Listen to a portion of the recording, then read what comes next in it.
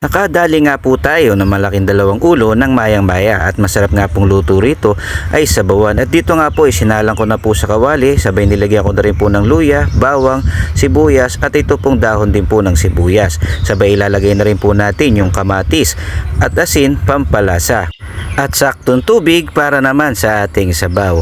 At pag yan ay okay na ay tatakpan na po natin yan hanggang kumulo.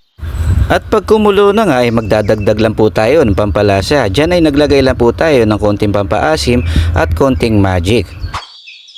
At nilagyan ko nga lang din po ng konting patis pampalasa. Nilagyan ko nga lang din po ito ng siling pula at wala po tayong siling berde. Sabay ilalagay na po natin ang ating pinali na pechay.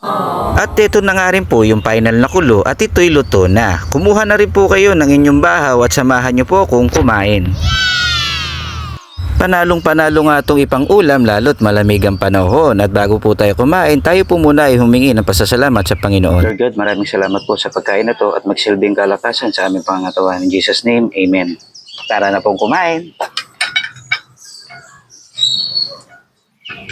First bite.